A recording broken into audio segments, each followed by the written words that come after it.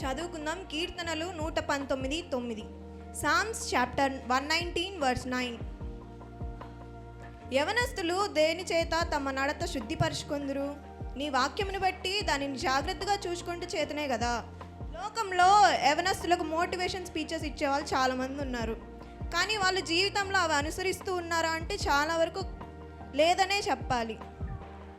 ఈ సమాజంలో యవనస్తులుగా ఉన్న మనం ఎలా బ్రతకాలి, ఎలా మంచి పేరు సంపాదించాలి, ఎలా పవిత్రంగా జీవించాలి, ఎలా దేవునికి తల్లిదండ్రులకు విధేయులై ఉండాలి అనే విషయాలు బైబిల్లో చాలా ఉన్నాయి.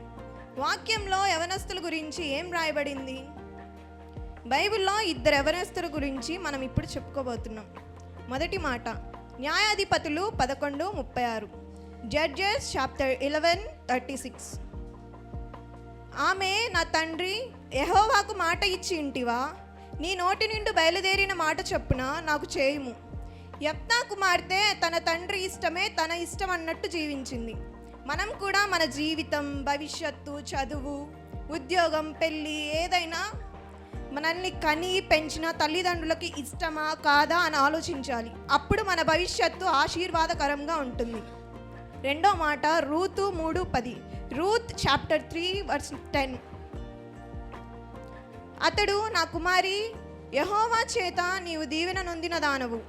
కొద్దివారనే గాని గొప్పవారనే గాని యవనస్తులను నీవు వెంబడింపక ఉండుట వలన నీ మునుపటి సత్ప్రవర్తన కంటే వెనుకటి సత్ప్రవర్తన మరీ ఎక్కువైనది.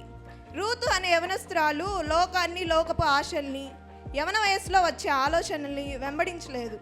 మరి ఎవరిని వెంబడించిందంటే వాక్యమును, సేవకులను, దేవుని చిత్తమును వెంబడించింది.